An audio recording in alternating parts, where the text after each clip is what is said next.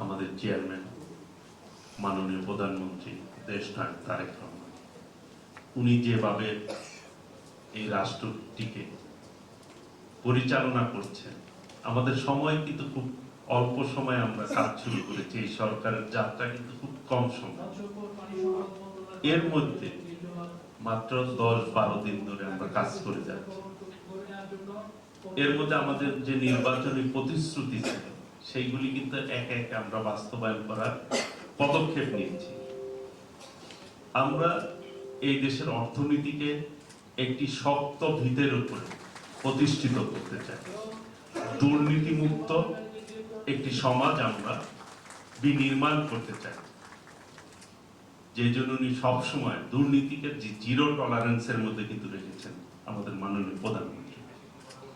ওনার চলাফেরা, ওনার সময় মতো অফিস করা, এটি কিন্তু বাংলাদেশের মানুষের দৃষ্টি আকর্ষণ করছে। উনি কিন্তু সরকারি কোনো প্রোটোকল ওইভাবে নিচ্ছেন না, সাধারণ মানুষের মতো করেই কিন্তু উনি যাতায়াত করছেন, এবং যেই কারণে ঢাকা শহরে গতি কিন্তু বৃদ্ধি পেয়েছে।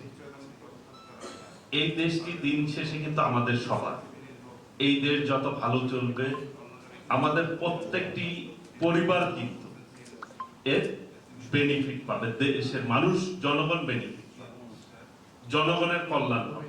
কাজে আমাদের প্রতি আমি সকলকে অনুরোধ করব, আমাদের সরকারের প্রতি আপনারা আস্থা রাখবেন। ভবিষ্যতে ইনশাআল্লাহ আমাদের যে কমিটমেন্ট, সেই কমিটমেন্ট অনুযায়ী আমরা এই দেশটিকে এগিয়ে নিয়ে যাব ইনশাআল্লাহ।